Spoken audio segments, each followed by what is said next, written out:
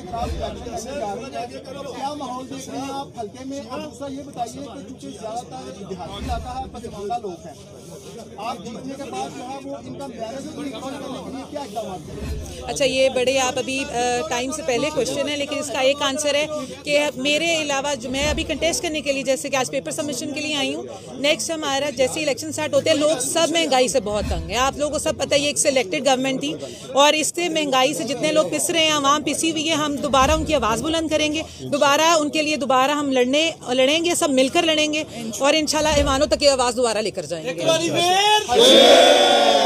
हल्के में क्या देख रही हैं आवाम का रुझान किस साइड में? टोला जो होता है वो अपनी मतलब करता है मनमानियां भी। दस्का बेसिकली नून का ही है और इंशाल्लाह नून का ही रहेगा, इंशाल्लाह नून ही जीतेगा दोबारा, शेर ही जीतेगा। अच्छा मैडम बताइएगा, 4 दफा आपके वालिद साहब MLA, 2 दफा MP बने और 3 दफा, और आप पहली दफा सियासत में आप कदम रख रही हैं, आप क्या समझती हैं, आप किस कदर पुरज़म है और किस तरह मुकाबला करेंगे? अच्छा, ये बात मेरे लिए थोड़ी सी टची भी है। अब्बू के बाद मैं अगर ये अब्बू की न जिम्मेदारी पार्टी ने भी मुझे ये दी है, लेकिन मुझे एक चीज़ की बड़ी खुशी है कि मेरे साथ मेरी पूरी टीम, मेरे भाई सब खड़े हैं, मेरा अपना भाई, मेरी अपनी पूरी टीम सब, तो इंशाल्लाह हम मिलकर और बड़ी बाहिम्मत तरीके से ये इलेक्शन लड़ेंगे इंशाल्लाह पार्टी। और अगर ये गवर्नमेंट एंटी गवर्नमेंट इसको कंसिडर किया जा रहा है तो मैं इसको इस तरह लूँगी कि नून ने हमेशा पंजाब में हमेशा सीट्स ली हैं और इस दफ़ा इंशाल्लाह हम सब मिलकर दोबारा ये चीज़ कायम रखेंगे इंशाल्लाह। मेरे वालिद ने बहुत मेहनत की हुई है इस इलाके में और उनका अपना भी एक बहुत वोट है और पार्टी PMLN का नवाज शरीफ के बहुत सपोर्टर्स हैं,